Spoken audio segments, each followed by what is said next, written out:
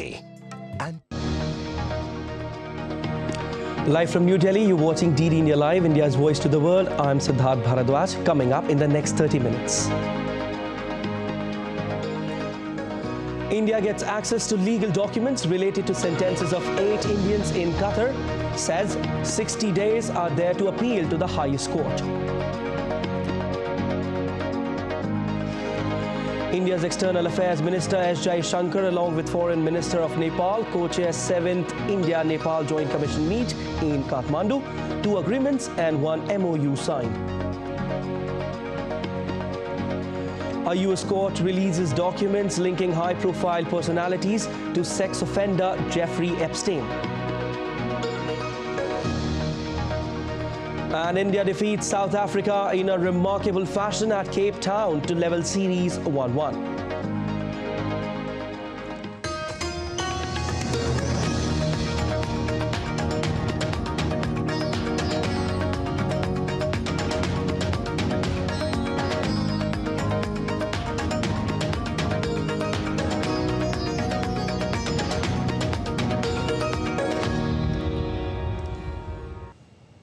India has got the access to legal documents related to sentences of 8 Indians in Qatar case.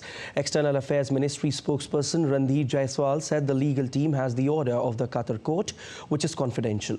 Court has given 60 days for appeal to the highest court in Qatar.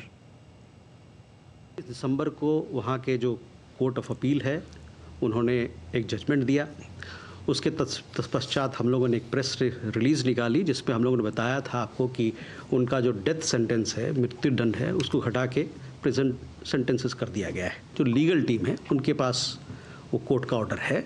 वो जो court order है वो एक confidential document है। 60 दिन का समय है जब इस मसले को अपील किया सकता है कोर्ट ऑफ कैसेशन में, जो कि कतर की सबसे ऊंचा वहाँ का कोर्ट है। इस मुद्दे पर हमारे जो लीगल टीम है वो काम कर रही है। And 7th meeting of the India-Nepal Joint Commission was held in Kathmandu on Thursday. India's External Affairs Minister Dr. Jaishankar and his Nepalese counterpart NP Saud co-chaired the meeting. Both sides signed 2 important agreements, first being a long-term agreement on electricity and another agreement to enhance investment in high-impact community development projects. With the signing of the agreement, the bilateral understanding to export 10,000 megawatts of electricity from Nepal to India in the next 10 years has been materialized. Earlier, Jaishankar met Nepalese President Chandra Paudil at his office in Kathmandu, during which the minister conveyed warm greetings of President Draupadi Murmu. He said that India values his guidance and sentiments for a strong and expanding India-Nepal ties. Besides, discussions on bilateral relations and mutual cooperation were also held during the meeting. The External Affairs Minister also called upon Nepalese Prime Minister Pushp Kamal Dahal. Jaishankar conveyed the warm wishes of Prime Minister Narendra Modi and recalled PM Dahal's successful visit to India in June 2023, which has imparted a new momentum to our ties. The 2 leaders discussed the follow-up, including through the Joint Commission meeting today. Jaishankar said that friendship between India and Nepal is indeed unique and the partnership is moving from strength to strength. And the chief of the General Staff of the Israeli Army, Herzi Halevi, has visited a military base in the country's north. The Israeli Army on Wednesday released a video and photos of the visit, which comes as tensions with Hezbollah simmered following the killing of Hamas deputy leader Saleh al-Aruri this week. Israeli troops have stepped up preparedness for war across all border areas, where they have plans to increase the number of soldiers. On Thursday, both the Israeli army and Hezbollah made statements suggesting they want to avoid risking the further spread of the conflict. And the United States is continuing diplomatic efforts to de-escalate the Israel-Hamas conflict. U.S. Secretary of State Antony Blinken will head back to the Middle East on Thursday, including a stop in Israel. U.S. diplomatic envoy Amos Hochstein is also expected to travel to Israel to work to soothe tensions between warring sides. On Saturday, Blinken will visit Turkey to discuss bilateral and regional issues. In recent days, U.S. President Joe Biden has spoken by phone to Israeli Prime Minister Benjamin Netanyahu, urging him to allow more humanitarian access to Gaza and help secure the release of hostages held by Hamas. Meanwhile, the U.S. will continue to maintain a significant military presence in the Middle East amid the ongoing Israel and Hamas conflict. White House National Security spokesman John Kirby said the U.S. remains focused on defending its national security interests. The United States remains focused on working with a range of partners to help Israel defend itself, to surge humanitarian assistance to civilians in Gaza, and of course to defend our national security interests in the region. That most certainly includes protecting the free flow of international commerce in the Red Sea. Now, to accomplish these goals, we have established and will continue to maintain a significant force presence in the Middle East. All right, updates now on Russia-Ukraine conflict. As per the latest briefings by both the sides, Russia said it thwarted Ukraine's attack on Belgorod Oblast on Wednesday, while Ukraine said it struck multiple military targets, including Russian command posts. The Russian Defense Ministry issued a battle report stating that Russian air defense forces shot down multiple missiles and rockets. They also repelled multiple attacks by Ukrainian army in Donetsk, Kherson, Krasny Liman and other directions. The Ukrainian armed forces said that Ukrainian army continued to engage in 47 battles with the Russian army on the left bank of the Dnieper River and other directions. The Ukrainian missile forces also attacked Russian military command posts and other targets.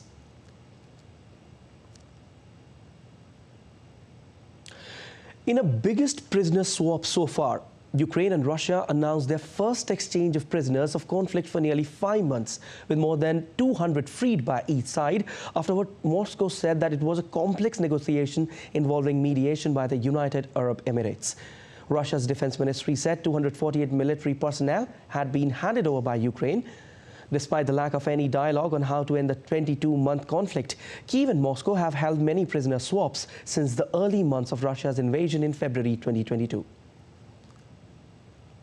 Prisoners embraced their loved ones after being reunited with them following the hostage prisoner swap between Russia and Ukraine.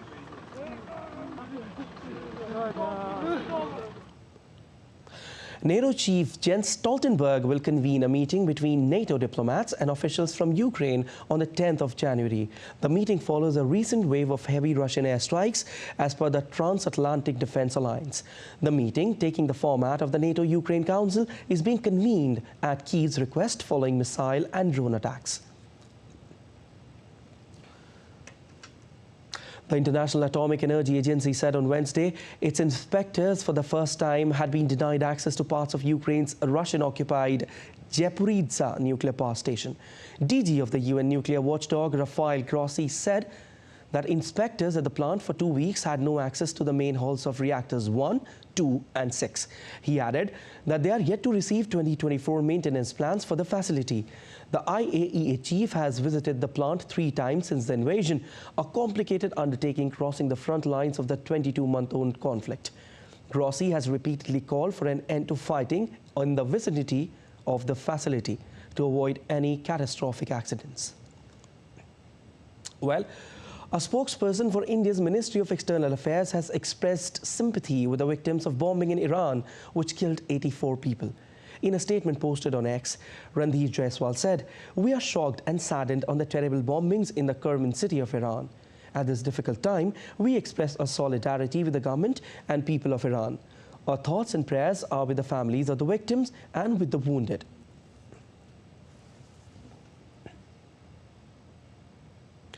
Twin blasts took place on Wednesday at a cemetery where Iranians were marking the 4th anniversary of the death of Iranian General Qasem Soleimani. A flurry of reactions have followed since then, and Iran has vowed to punish those responsible. More details in this report. Iran was rocked by 2 explosions on the 3rd of January that marked the 4th anniversary of Iranian General Qasem Soleimani's death. Nearly 100 people have been killed in the blasts. Iran's supreme leader Ayatollah Khamenei has vowed revenge for the bombings. Iran's President Ibrahim Raisi condemned the twin bombings, stating that the perpetrators of this inhumane crime would be caught and punished for the heinous act. Don't doubt it. You will pay the price for this crime. These crimes that you have committed, you will deeply regret. The White House National Security spokesperson John Kirby said on Wednesday that the U.S. has seen no indication that Israel was behind Iran's twin explosions. Certainly, our hearts go out to all the innocent victims and their family members who are obviously, their lives are going to be forever changed by this. But we don't have any more detail in terms of how it happened or who might be responsible for it. We have no indication at this time at all that Israel was involved in any way whatsoever. Antonio Guterres, the Secretary General of the United Nations, has firmly condemned the attack in Iran. The UN chief has demanded that those responsible must face the consequences.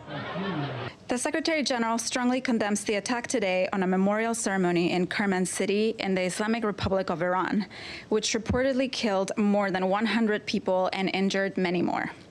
The Secretary General calls for those responsible to be held accountable.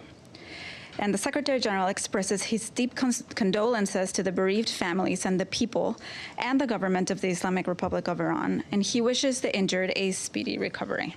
Iranian Health Minister Bahram Ainullahi announced the death toll of the Wednesday attack, making it the deadliest attack in the history of this Islamic Republic, which has faced similar incidents in the past from various groups.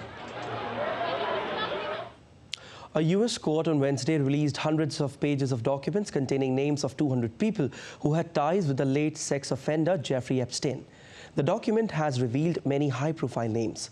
It has mentioned accusers as well as others he associated with, from famous business people to politicians. One of those listed is Britain's Prince Andrew, a brother of King Charles III. And time for some more world news. A dramatic courtroom video showed a convicted felon attacking the presiding judge during a sentencing. Clark County judge was about to levy her decision on prison time for convicted felon Deobra Redden when he ran up and jumped over furniture to assault her. Video shows the expression on judge's face as Redden quickly approached a flagpole collapsing and court personnel trying to detain Redden as he yelled expletives before being dragged away.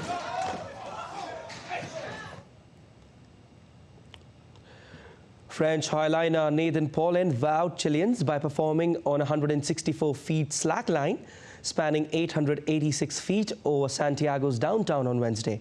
Cheers and applause echoed on the ground after Paulin, who was attached to a safety line, successfully ended his performance. The show marked the inauguration of a local theatre festival called Teatro a Mil, or Theatre to 1,000.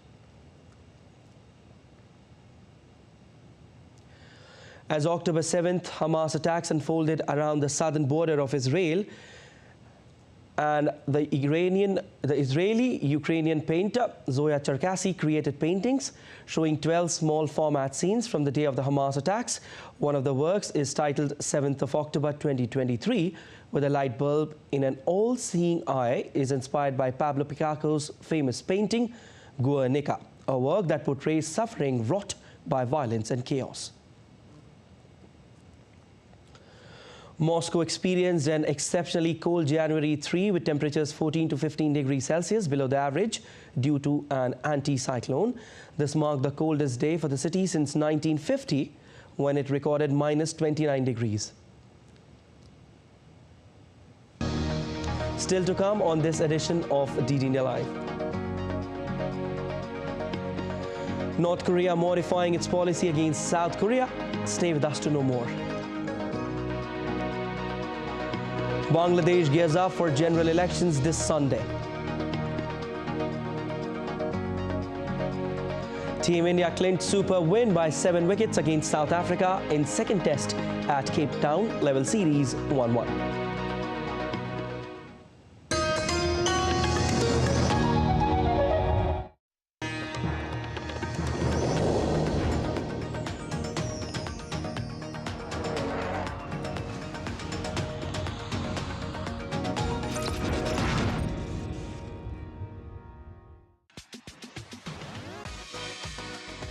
India that invents. India that innovates. India that excites. India that invites. land of possibilities. Teeming with opportunities.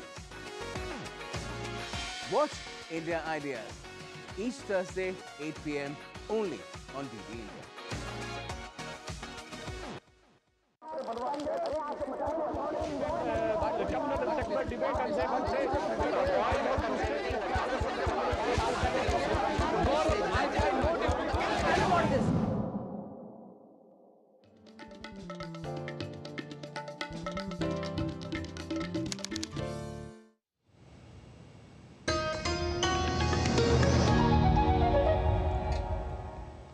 You're watching DD Live and I'm Siddharth Bharadwaj.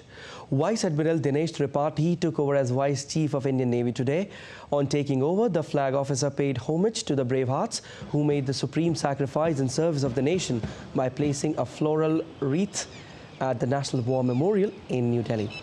He was accorded a ceremonial guard of honor in Delhi. He was serving as the Chief of the Western Naval Command prior to this. Indian Navy continues to monitor maritime security situation in North Central Arabian Sea and Gulf of Aden. Indian naval ships and aircraft remain mission deployed for maintaining enhanced surveillance and undertaking maritime security operations. In the last 1 week, Indian naval task groups have investigated large number of fishing vessels and boarded vessels of interest. Indian Navy remain committed towards ensuring safety of merchant shipping and seafarers in the region. Now, North Korea is modifying its policy and government structures to treat South Korea as a separate enemy state, causing significant changes in its relationship with the country. The analysts said North Korea's recent policy changes could lead to the foreign ministry assuming South Korean relations and potentially justifying the use of nuclear weapons in future wars. Earlier, North Korean leader Kim Jong-un said peaceful reunification is impossible and that the government would make a decisive policy change in relations with the enemy. He also ordered the military to be prepared to pacify and occupy the South in the event of a crisis. Meanwhile, South Korean and US troops held a joint combat fighting drills in Pochin near the border with North Korea to test and enhance combat readiness, simulating enemy aggression. The joint exercise involved heavy weapons and took place over a week starting on December 29 and ended on Thursday. The allies have dramatically increased the scale and intensity of joint drills in the past year amid escalating tension on the Korean peninsula as Pyongyang tested both long-range ballistic missiles and tactical weapons designed to strike targets in the South and Pacific.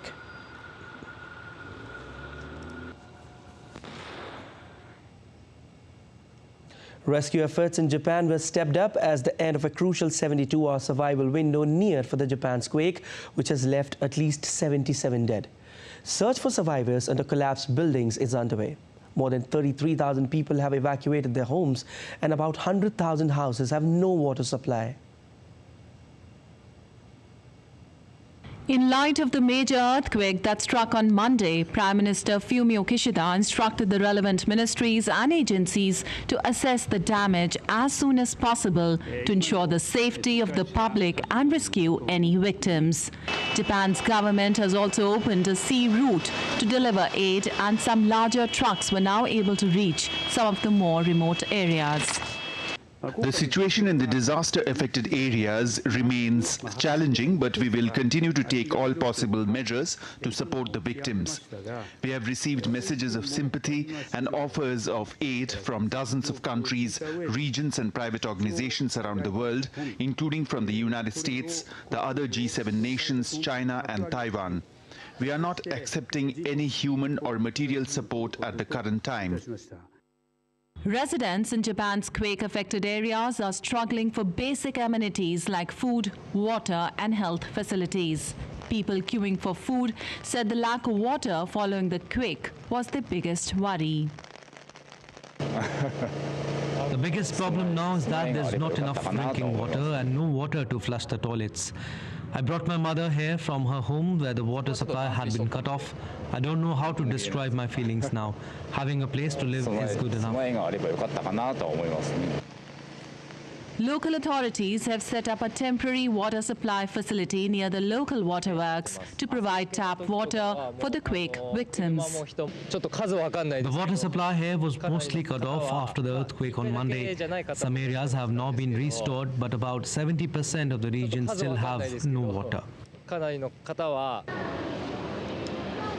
Meanwhile, 2 days after a Japan Airlines plane collided with a Coast Guard plane and burst into flames on the tarmac, even as probe continues, travelers at Tokyo's Haneda Airport were forced to cope with flight cancellations and delays. According to local media reports, more than 100 flights have been cancelled as a result of the incident, stranding travelers. Japan Airlines has estimated that the collision of its flight with the Japan Coast Guard aircraft would result in an operating loss of about $104.81 million. The loss will be covered by the insurance, the company said.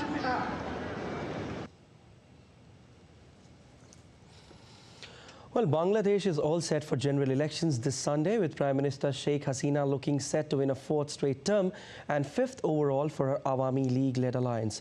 Over 119 million voters will decide the fate of 1970 candidates vying for 300 seats. The ruling party, Awami League, is contesting on 266 seats to seek its fourth term, while remaining seats are left for its alliance partners. The major opposition party, the Bangladesh Nationalist Party, and its allies are boycotting the upcoming polls, alleging free and fair election is not possible under the current government. Amid elections in Bangladesh, armed forces have been deployed in 62 districts to ensure peaceful holding of parliamentary elections. Across India, a transformative movement is gaining momentum. The Viksit Bharat Sankalp Yatra, the largest ever outreach initiative of Government of India, is bringing the promise of empowerment and a brighter future to the doorsteps of all Indians. A Viksit Bharat Sankalp Yatra camp was organized in the Hindadi village of Bilaspur district of the central Indian state of Chhattisgarh. In the camp, the villagers were informed about several public welfare schemes. PM Modi's guarantee van was welcomed by the village committee and Panchayat secretary. As part of the ongoing Viksit Bharat Sankalp Yatra, today a program was organized in the ward number 4 of Ramban town of Northern Indian Union Territory of Jammu and Kashmir. Stalls were put by various departments for the awareness of the general public. Awareness about various government-sponsored schemes, besides motivational speeches of the Prime Minister Narendra Modi, was given to gathering through a LCD screen. The Indian toy industry witnessed remarkable growth in financial year 2022-23 in comparison to 2014-15, with a decline in imports by 52%, rise in exports by 239%, and development of overall quality of the toys available in the domestic market. These observations have been noted in the case study on success story of Made in India toys has been conducted by the Indian Institute of Management, Lucknow, at the behest of Department for Promotion of Industry and Internal Trade.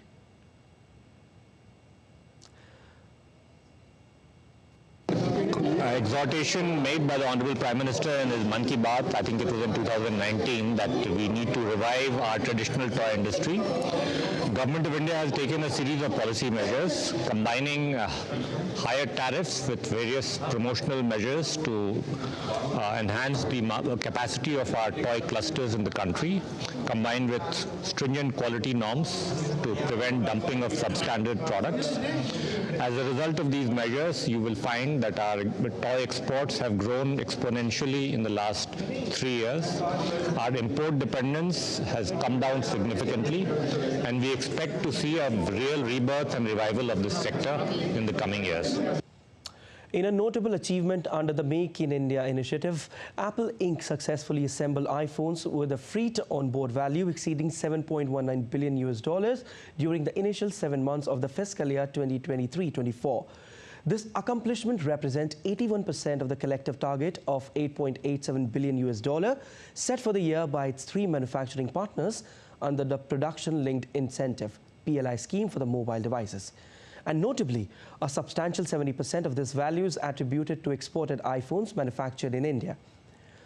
This growth significantly contributes to Apple's goal of shifting 18 to 20% of iPhone production to India by FY26. India's industrial production growth rose to a 16-month high of 11.7% in October 2023 against a contraction of 4.1% in the same period in 2022. Factory output is measured in terms of the index of industrial production.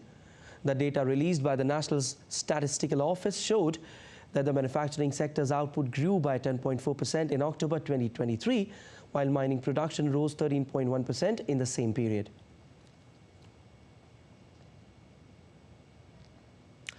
India led a survey of Japanese manufacturing companies about promising countries or regions for business development for the second year in a row, as China slipped to third place behind Vietnam.